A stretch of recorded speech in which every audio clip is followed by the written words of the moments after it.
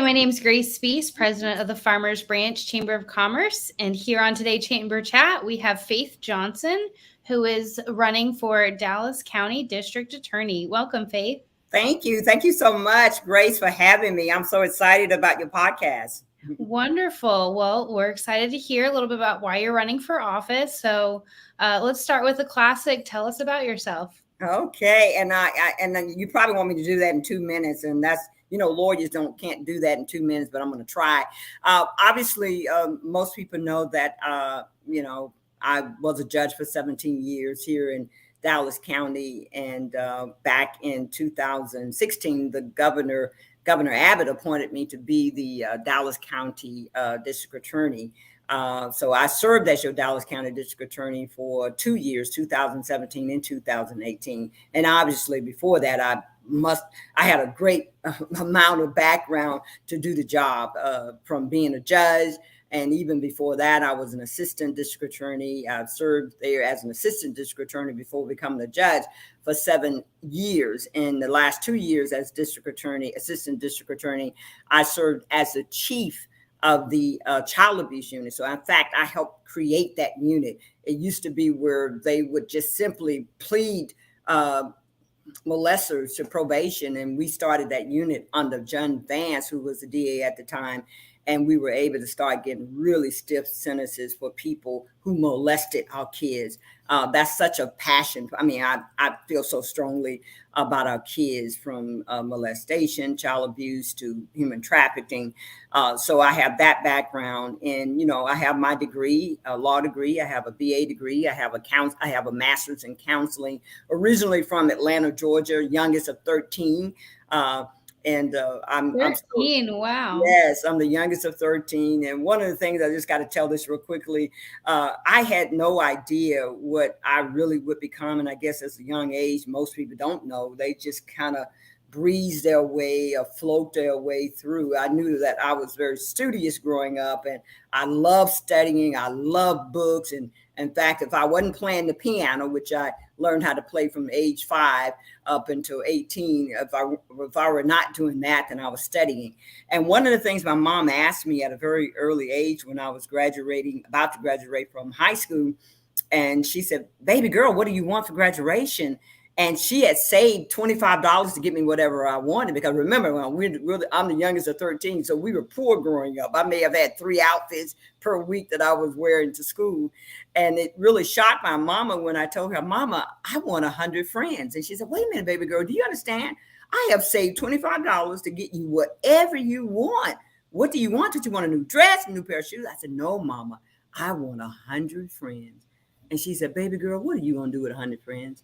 I said, "Mama, I'm going to do this for them, and I'm going to do that, and I'm going to do this." And I didn't know what I was going to become as I grew older, but I did know that whatever it was about making an impact on the lives of the people around me. And that's what running for this office is all about. The fact that I care about you. I want to make a change in your life, a change in your circumstances. I want to make certain that you're safe and you're secure and you're protected. I want to be able to uphold my oath as your Dallas County District Attorney, understanding that I represent you and I care about you. I care about your welfare. I care about your family. I care about your fortune. I care about your future. So that's why I'm running, because I care. That's awesome. It sounds like you live a real life Law and Order. Yes, I do. I say to people, I'm not soft on crime. I'm smart on crime, because it's not you got to know what to do and when to do. That's one of the reasons why the Dallas Morning News back in 2018, when I was running, endorsed me back then and said that I was an exceptional leader.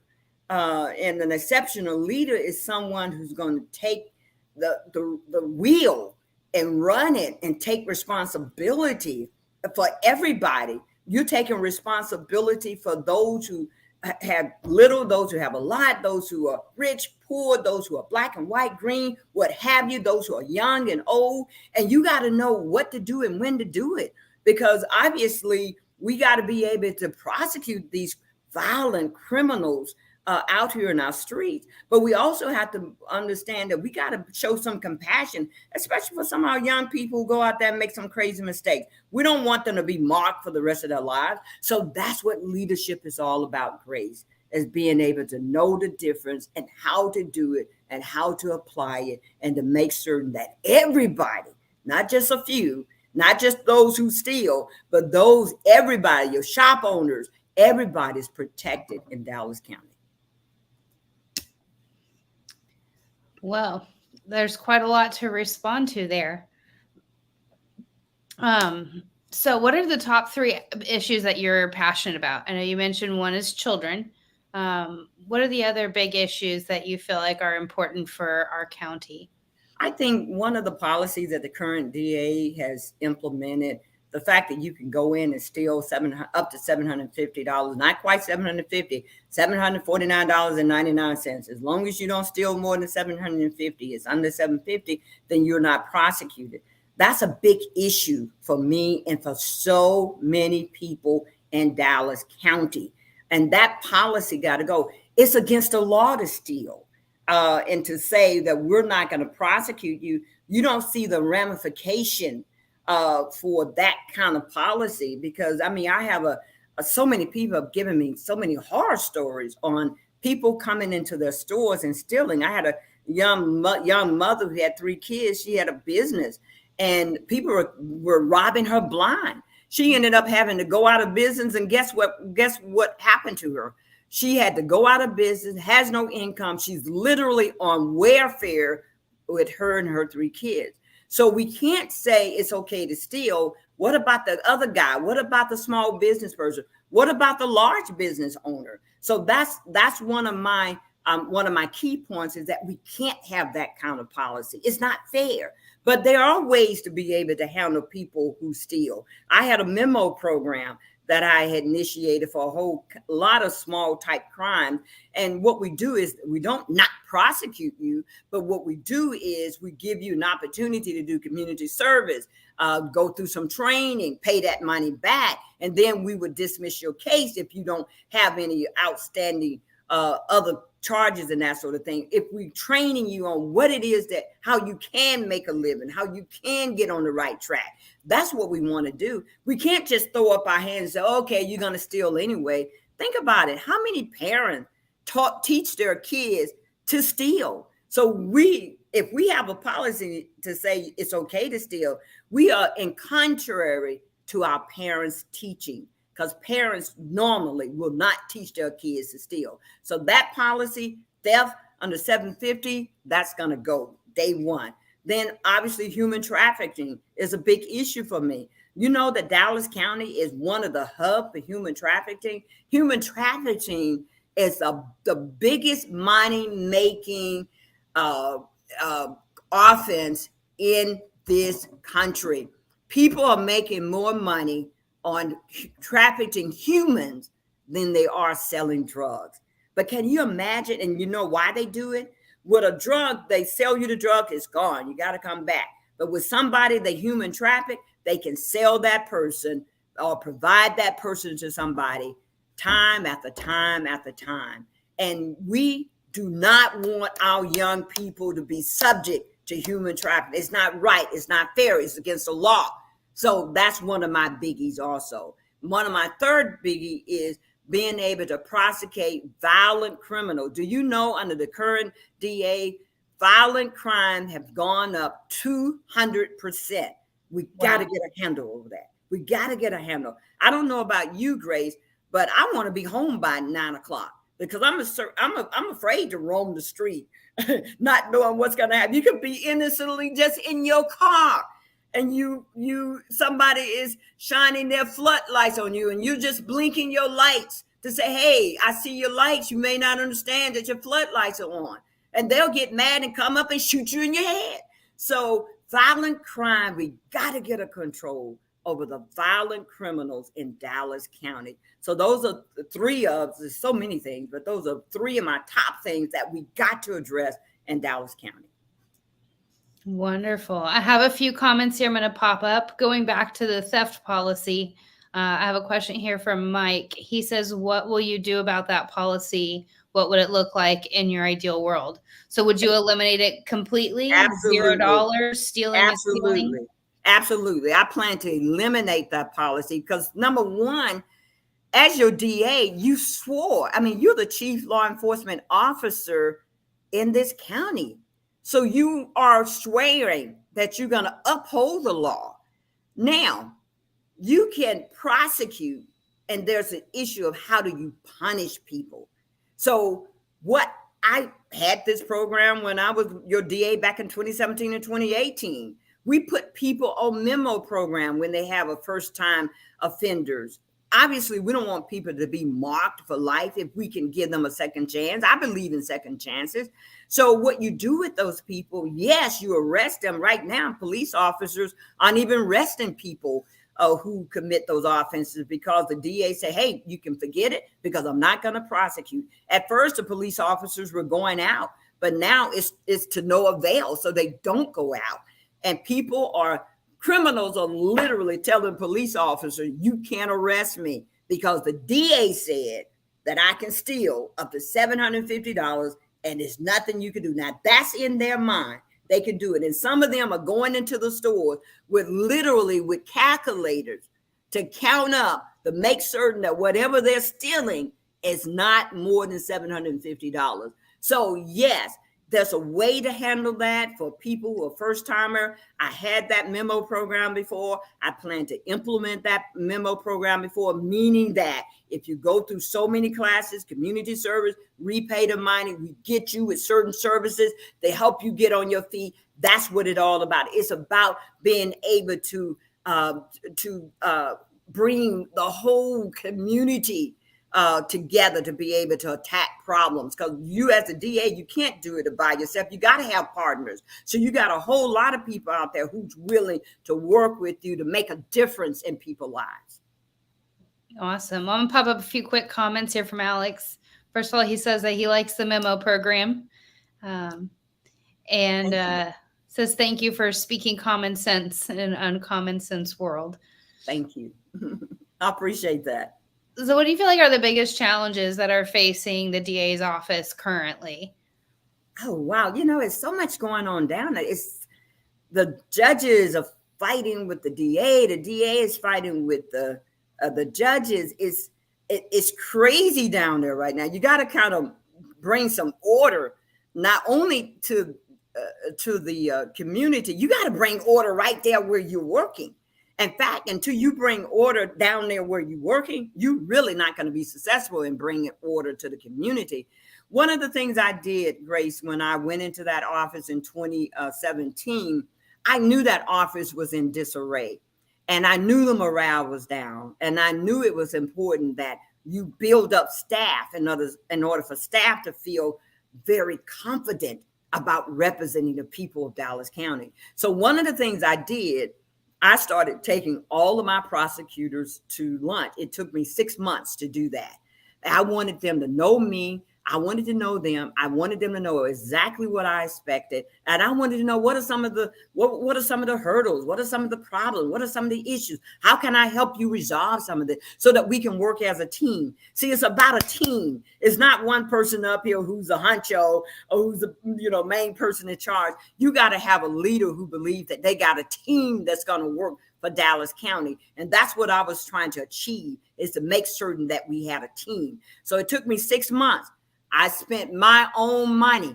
I made certain that my prosecutors understood that I wasn't spending county money and I wasn't spending my campaign money. I was spending my own personal money because that's how important it was to me to spend my own money to take them out to lunch. And I took 6 at a time, 12 at a time. And as a result of that, I built up the morale. And when people morale is built, then they feel encouraged to be able to go out there and work for you. Because remember, my prosecutors are working for you.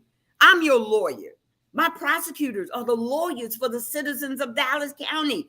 And if they don't have it together, They can't do an effective job. I don't care how smart they are, how many degrees they have, what great school they may have gone to. If they don't have it together mentally, emotionally, physically, and everything else, we will not do a good job for you. So that's one of the biggest hurdles is going back, because the morale down there is lower than it was before I left. The relationship with the judges are bad. The relationship with the rest of the elected officials are bad. I gotta go in there, build that relationship. That's why so many judges who are Democrat are saying to me, Faith, we had it great under you. Although you were Republican and we were Democrats, you were a great leader. And even they are saying how great it was when I was the leader of that Dallas County District Attorney office. So that's going to be part of the biggest hurdle is getting past that, because we can't do anything for our citizens until we get it together. It's almost like, remember what they say when you're getting ready to have an airplane crash, put that garment over your face first before you help somebody else. So I got to put it over the faces of the prosecutors, dedicated people who can do an awesome job for us. I got to help get them back together, Grace, so that then they can do an extraordinary job for the people of Dallas County.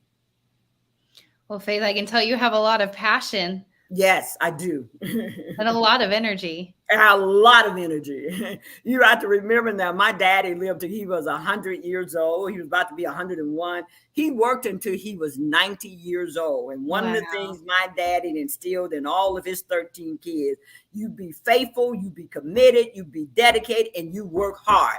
That's why, Grace, when I ended my judgeship on December the 31st, 2006, I worked till about 9 or 10 o'clock at night. I didn't stop. When all us Republican lost in 2006, a lot of the people were kind of vacationing and going about their way. I took one day off after the election, and after that, I went right back to work, because that's what the Dallas County citizens hired me to do. They didn't hire me to work until November whatever of 2006. They hired me and they voted me in to December the 31st, 2006, and I gave them every drop of me until the very end. That's just who I am. I'm a worker. I love working. I'm committed. I'm faithful, and I want to be faithful to the people, continue to be faithful to the people of Dallas County.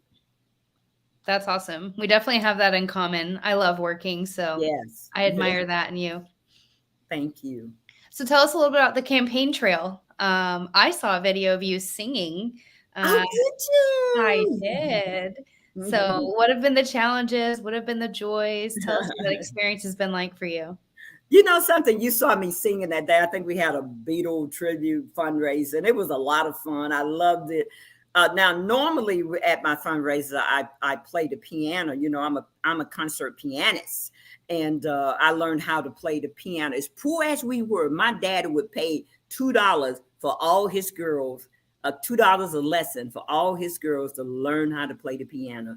And I started learning how to play the piano at age 5, and I took lessons up through 18. I even started teaching other people. And I learned how to play the piano on classical music. People like Bach, Beethoven, Tchaikovsky, Rachmaninoff. So normally I would be playing the piano as opposed to singing, because I don't really think I can sing that well. But you heard me singing, so but I just wanted to throw that in. My real gift is playing the piano, okay? But back to your question, the campaign trail, I'm on this trail. I'm going everywhere. I'm not leaving any stone unturned. I will talk to anybody, any place, anywhere, north, south, east, west. It doesn't matter who you are, African American, Caucasian, Hispanics, Asian, whoever, Muslim. That's it. That's what my campaign represents. It represents everybody. And I want everybody to know that I'm for you. I'm not going to discriminate against not one single person, because as your DA, I'm responsible for making certain that everybody in this county will be protected and will be safe. I did it in 2017, 2018, and I plan to do it for you after I win November the 8th, 2022. Look at that. I love that confidence. Yes. All right. Well, let's wrap up. But I always just like to have our guests give a word of advice or encouragement. Generally, our listeners are business owners or in our business community, but it could be anyone. What would you say to someone, right now in these times? I'm saying to people that this is your moment. We won't have another moment like this. This is an opportunity to make a change and to make a change for the good. We're not making a change for the bad. We're already in bad. We're already doing bad. I mean, that's part of the reason why they recalled that DA that in San Francisco, who's doing the same thing our DA is doing now. And keep in mind, San Francisco is 90% Democrat. Democrats recall the guy in San Francisco. People do not want soft on crime. They want smart on crime. And that's what I am. I'm smart on crime. I'm committed to doing what's right. And you can't just lump everybody together and say, okay, that's what we're doing for that. You got to be able to have the commitment and the investment in people, that you care enough about people that understand that they're individual. And we got to look at them and say, what does Faith Johnson need? What does Grace need? What Grace need may not be what Faith Johnson or Joe Blow or whoever need. Whoever else might need it. We got to be able to take the time and invest in the people to be able to pull this whole community around. I'm smart on crime, people. I'm not soft on crime. And this is our moment. We got to seize it. If we don't seize it right now, it's going to be gone just that quickly. So get on board. Faith Johnson, your next Dallas County District Attorney. Wonderful. And I'm going to pop up Faith's website here. You guys can go online. It's Faith Johnson for DA, as in districtattorney.com. Faith, you really put a lot of time and effort into this website. There's a lot on here. Yes, it is. And we're going to add some more because we're doing so many things. Go to our Facebook too. Try to Google us on Facebook, because we put new things up every day or every other day on Facebook. Keep up with us because we're everywhere, and I'm willing to go everywhere. If you need me to come out to your group, invite me. Go on my website and say, "Hey, Faith Johnson, we want you to come out." And I don't care if you got 2, 3, 4, 5, one person. If I need to talk to one person on the phone or person to person, I'm willing to do it, because we got to save our county, and we can do it together. I can't do it by myself, but I can do it with your support and with your help. Not only do I need your vote, I need you to contribute to my campaign. If you have the ability, go online and contribute to Faith Johnson for Dallas County District Attorney. All right. You've got that down packed. Thank you. Well, thanks everyone for joining us today. Faith, thank you for sharing your passion, your energy. Thank you for even being willing to run for political office. I know that that's a lot of time and energy and resources. So we wish you the best in your campaign.